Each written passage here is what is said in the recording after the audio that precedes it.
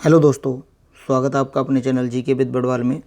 दोस्तों, ये क्लास आपकी पॉलिटी की क्लास चल रही है और आपको बता दूं कि इसमें हमने एक चैप्टर आपका कंप्लीट करा दिया है और आज हम कराने वाले इसमें के अंदर मौलिक अधिकार। कौन सा? मौलिक अधिकार। कल हमने एक होमवर्क में क्वेश्चन दिया था आपको, वो क्वेश्चन कौन सा था? तो देखिए, वो जो क्वेश्चन था हमारा वो था 1935 के संविधान में 1935 में जो संविधान सभा थी उसका सुझाव किसने प्रस्तावित किया था? 1935 में संविधान सभा का जो सुझाव प्रस्तावित किया था किसने किया था? इसका आंसर आपको देना था। मैंने ऑप्शन आपके बताए थे। एक तो बताया था गांधी और दूसरा था जेपी नारायण, ठीक है, जेपी नारायण, और तीसरा एम एन रॉय थे, एम एन रॉय, और चौथा था आपका कौन सा? नेहरू थे, नेहरू। तो इनमें से आपको आंसर करना था। तो जिसने भी आंसर इसमें एम एन रॉय लगाया है तो उसका राइट आंसर हो जाएगा ऑप्शन नंबर डी हो जाएगा यहाँ right answer. M N Roy इसका सही उत्तर होगा, ठीक है ना? ध्यान रखेंगे सभी। चलिए क्लास को स्टार्ट करते हैं। UP triple S C PET के लिए बहुत ही ज़्यादा इम्पोर्टेंट ये क्लास रहने वाली है। तो चलिए सेशन को शेयर जरूर कर देंगे ताकि सभी तक इसका लाभ पहुंच सके। चलिए, क्वेश्चन है, भारतीय संविधान का निम्नलिखित में से कौन सा अनुच्छेद विविध समता यानी कानून के सामने समानता से संबंधित है? तो इसका राइट आंसर हो जाएगा आपका, ये है आपका 14। कौन सा? 14। ऑप्शन नंबर ए हो जाएगा 14 व अनुच्छेद है, ध्यान रखेंगे। चलिए फिर अगला क्वेश्चन आपका है, भारतीय संविधान का कौन सा अनुच्छेद कानून के समक्ष समानता प्रदान करता है?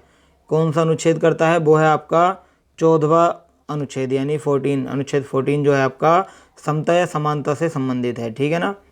और ये आपका मौलिक अधिकार के अंतर्गत आता है, ये भी आपको ध्यान रखना। संविधान का एक भाग 3 के अंदर आता है। किसके? भाग 3 के। भाग 3 के अंदर कौन कौन से अनुच्छेद आते हैं? तो अनुच्छेद 12 से लेकर के अनुच्छेद 35 तक ये सब मौलिक अधिकार में आते हैं, भाग 3 में आते हैं। चलिए अगला क्वेश्चन आपका है, संविधान के किस अनुच्छेद के प्रावधानों के अंतर्गत भारत सरकार ने भारत रत्न और पद्मश्री को प्रारंभ किया? ये जो किया है ये अनुच्छेद 18 के अंतर्गत किया गया है। ऑप्शन नंबर डी हो जाएगा आपका राइट आंसर, ठीक है ना? चलिए अगला क्वेश्चन आपका है, भारतीय संविधान का निम्न में से कौन सा अनुच्छेद मानव के क्रय विक्रय तथा जबरदस्ती मजदूरी करने पर या कराने पर प्रतिबंध लगाता है? तो ये अनुच्छेद आपका कौन सा है? यह 23वां अनुच्छेद। ऑप्शन नंबर ए आपका यहाँ राइट आंसर हो जाएगा 23। अगला क्वेश्चन है, कौन सा मौलिक अधिकार अल्पसंख्यकों के हितों के संरक्षण की बात करता है? कौन सा मौलिक अधिकार है वो मौलिक अधिकार कौन सा है? वो है आपका शिक्षा का अधिकार, गलत हो जाएगा। शोषण के विरुद्ध अधिकार, गलत हो जाएगा। संवैधानिक उपचारों का अधिकार, गलत हो जाएगा। सांस्कृतिक और शैक्षिक अधिकार इसका राइट आंसर हो जाएगा। ऑप्शन नंबर डी हो जाएगा राइट आंसर, ठीक है ना? चलिए फिर अगले क्वेश्चन पर चले हम। चलिए देखिए अगला क्वेश्चन आपका है, संवैधानिक उपचारों का अधिकार किसके तहत आता है? संवैधानिक उपचारों का जो अधिकार आता है वो आपका मौलिक अधिकार के अंतर्गत आता है। किसके?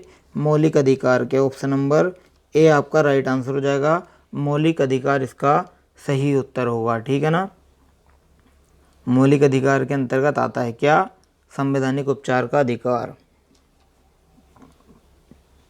चलिए फिर अगले क्वेश्चन पर चलें। मौलिक अधिकारों को लागू करने के लिए संविधान ने किसे विशेष उत्तरदायित्व सौंपा है? मौलिक अधिकारों को लागू करने के लिए संविधान ने जो उत्तरदायित्व सौंपा है वो किसे सौंपा है? उच्चतम न्यायालय को सौंपा है। ऑप्शन नंबर ए आपका राइट आंसर हो जाएगा, उच्चतम न्यायालय। अगला क्वेश्चन आपका है, देखिए, मार्च 2019 तक उपलब्ध जानकारी के अनुसार भारतीय संविधान में कितने मौलिक कर्तव्य हैं? कितने मौलिक कर्तव्य हैं टोटल?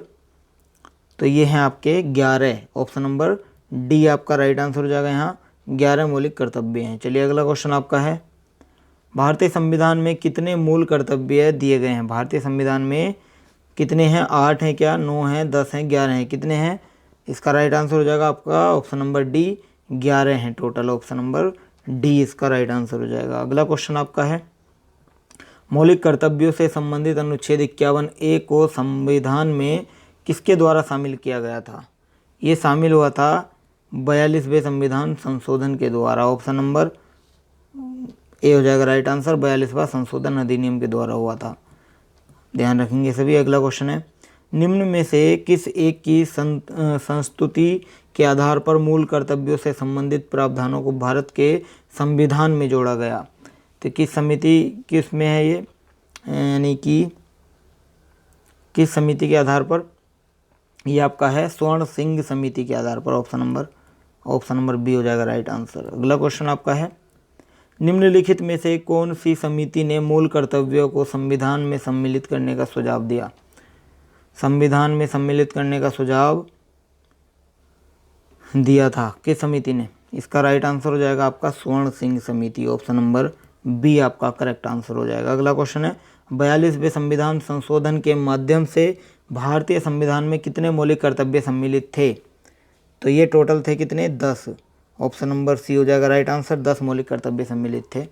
अगला क्वेश्चन है, भारतीय संविधान के अंतर्गत निम्नलिखित में से कौन एक मौलिक कर्तव्य नहीं है? बताइए। लोक चुनावों में वोट डालना, वैज्ञानिक दृष्टिकोण को विकसित करना, लोक संपत्ति की सुरक्षा करना या संविधान को मानना एवं उसके आदर्शों की कद्र करना। तो इसका राइट आंसर हो जाएगा आपका लोक चुनावों में वोट डालना। ऑप्शन नंबर ए आपका यहाँ राइट आंसर हो जाएगा। ये मौलिक कर्तव्य नहीं है, ठीक है। तो बात आती है कि मौलिक कर्तव्य नहीं है तो कौन सा कर्तव्य है, बताइए। आंसर करेंगे सभी। इतने हम चलिए नेक्स्ट क्वेश्चन पर चलते हैं। अच्छा लास्ट हो गया, चलिए फिर लास्ट हो गया, फिर आज के लिए इतना ही हम रखते हैं।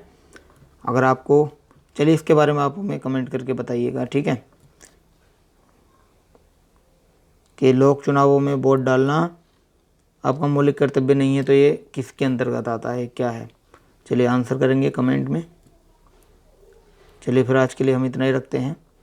अब तक के लिए जिसने भी वीडियो देखी है थैंक यू सो मच, और वीडियो को शेयर कर देंगे ताकि हमें भी थोड़ा सा मोटिवेशन मिले आपको वीडियो और अच्छे से प्रोवाइड कराने के लिए, ठीक है ना। चलिए फिर आज के लिए इतना ही, थैंक यू सो मच।